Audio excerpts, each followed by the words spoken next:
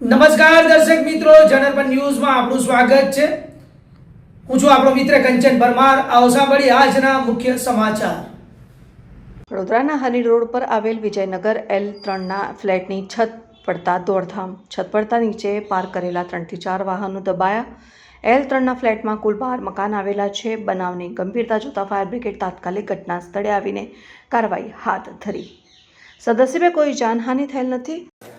આ હરણી વિસ્તારમાં વિજયનગર જે છે વિસ્તારમાં મકાન ગ્રાઉન્ડ +2 2 માળનું બિલ્ડિંગ છે, તેમાં ટેરેસના ભાગેથી એક ભાગ જે જર્જરિત થશે એ પડ્યો છે। સદનસીબે અહીંયા કોઈ જાનહાનિ કે એવું કશું નથી, ફક્ત બાઇકો વાહનોમાં નુકસાન થયું છે।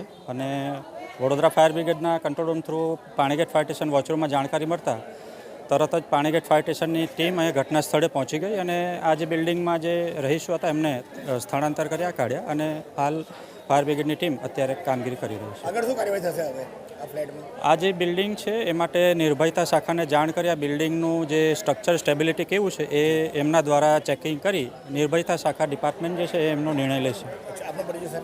હું વડોદરા ફાયર બ્રિગેડ તરફથી અમિત ચૌધરી।